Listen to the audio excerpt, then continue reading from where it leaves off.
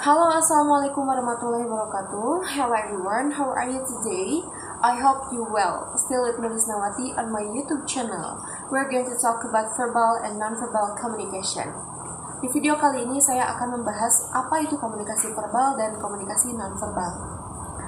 Mungkin kedua kata ini sudah tidak terdengar asing lagi, tapi teman-teman tahu gak sih apa perbedaan dari keduanya? Dan seberapa penting sih komunikasi verbal dan non-verbal di lingkup pekerjaan, bahkan di lingkup kita sehari-hari. Mari simak di video presentasi saya berikut ini.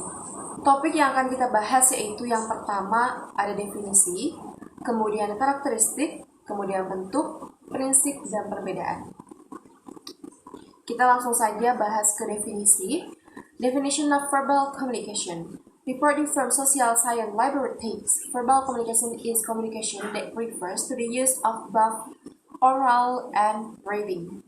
Jadi, menurut Social Science Laboratories, komunikasi verbal ini merupakan komunikasi yang mengacu pada penggunaan komunikasi melalui lisan maupun tulisan. Seperti mengobrol secara tatap muka atau saat ini melalui virtual Zoom, bertukar pesan via smartphone, hingga berbicara melalui telepon merupakan beberapa contoh dari komunikasi verbal. Lalu, karakteristik dari komunikasi verbal itu ada apa aja sih? Nah, yang pertama ada media. Media komunikasi ini bisa berupa lisan maupun tulisan, seperti yang tadi saya contohkan. Kemudian yang kedua, ada yang namanya language atau bahasa. Saat ini kita dapat berkomunikasi lebih dari satu bahasa. Bahasa Inggris dan bahasa Indonesia misalnya. Kemudian yang ketiga, ada yang namanya two-way communication. Two-way communication ini merupakan komunikasi dua arah.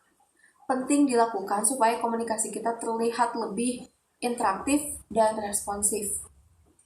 Yang keempat, ada yang namanya quality atau kualitas komunikasi dengan cara menggunakan nonverbal, seperti bahasa tubuh, dan lain sebagainya.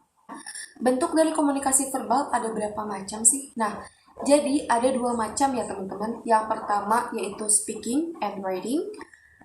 Berbicara adalah menggunakan kata-kata secara lisan, sedangkan menulis adalah menggunakan kata-kata sebagai tulisan. Dengan berbicara dan menulis, kita memberikan informasi dalam komunikasi dengan orang lain. Contohnya, kita berbicara melalui telepon, saling menyapa, bertanya sesuatu, melakukan presentasi, maupun ketika kita melakukan seminar. Adapun contoh komunikasi menulis adalah bertukar pesan baik melalui surat, chattingan, dan lain sebagainya. Bentuk yang kedua yaitu ada yang namanya listening and reading, mendengarkan dan membaca. Perlu diingat bahwa mendengarkan adalah menangkap kata-kata secara lisan, sementara membaca adalah menangkap kata-kata melalui tulisan. Nah, prinsip-prinsip komunikasi verbal yaitu ada yang namanya individual interpretation affect meaning atau interpretasi individu mempengaruhi makna, seperti pengaruh culture, habit, bahasa itu dapat mempengaruhi kemampuan seseorang dalam menafsirkan suatu makna dalam berkomunikasi. Sehingga dibutuhkan kata-kata dan bahasa yang ringkas serta jelas agar tidak terjadi ambiguitas dalam berkomunikasi. Untuk inilah ada aturan tata bahasa, yaitu untuk menciptakan makna yang sama bagi orang yang memberikan maupun menerima informasi. Kemudian, communication is guided rule. Komunikasi adalah aturan yang dipandu. Ketika kita berkomunikasi, kita harus bisa menyesuaikan kata-kata atau gaya bahasa yang digunakan, apakah sesuai dengan lawan bicara kita. Maka dari itu, kita harus bisa memilih dan memilah gaya bahasa yang digunakan ketika kita sedang berbicara dengan dosen. Pasti berbeda dengan gaya bahasa yang digunakan dengan teman sebaya. Ya, kemudian ada yang namanya emphasis affect meaning atau penekanan mempengaruhi makna. Bukan hanya ketika sedang menulis kita memperhatikan penggunaan tanda baca, tetapi juga saat berbicara pun penting teman-teman.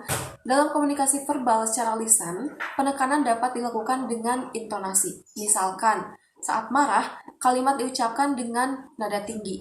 Begitu pula saat menekankan dan menegaskan sesuatu. Setelah kita membahas mengenai komunikasi verbal, sekarang mari kita bahas apa sih komunikasi nonverbal itu. Nah, definition. The term nonverbal communication began introduced by a psychiatrist named Jürgen Rys and Weldon Kinyals authored through the nonverbal communication books, Notes and the Visual Perception of Human Relations. Komunikasi nonverbal ini pertama kali diperkenalkan oleh seorang psychiatrist yang bernama Jürgen Rys dan Weldon Kinyals. Mereka merupakan penulis dari buku Nonverbal Communication yang terbit pada tahun 1956. Nah, seperti ini cover bukunya.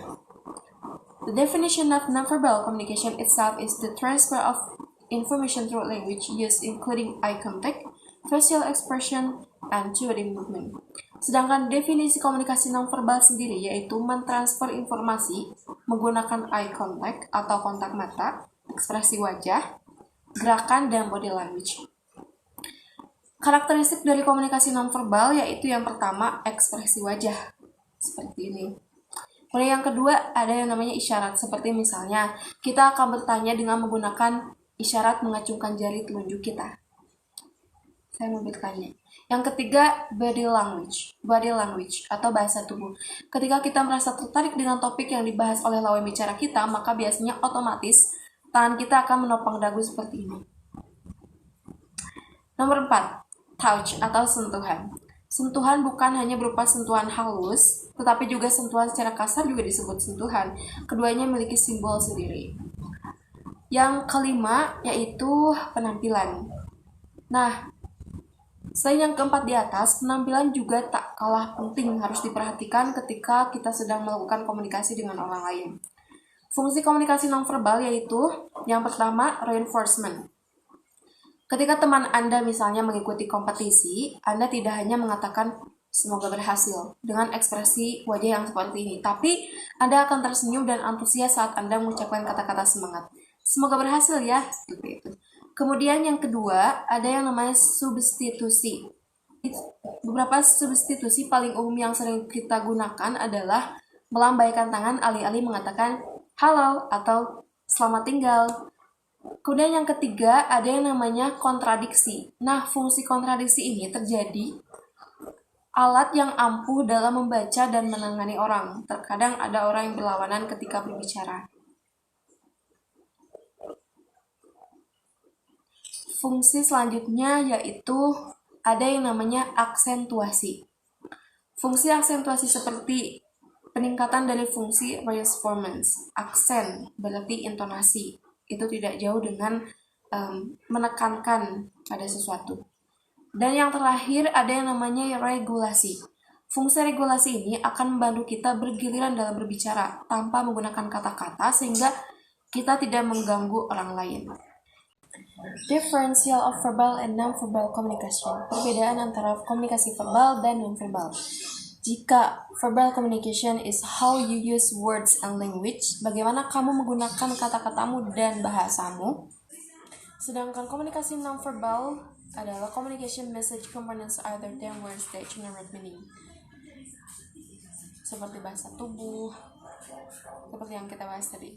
Nah, di sini ada satu quotes menarik dari salah satu ilmuwan, yaitu if you only depend on what people say verbally, we are not even close to understand half of what is really going on. Go deeper. Nah, mungkin hanya itu yang dapat saya sampaikan mengenai komunikasi verbal dan komunikasi nonverbal. Semoga apa yang saya sampaikan dapat bermanfaat. Dan jangan lupa like, comment, and subscribe.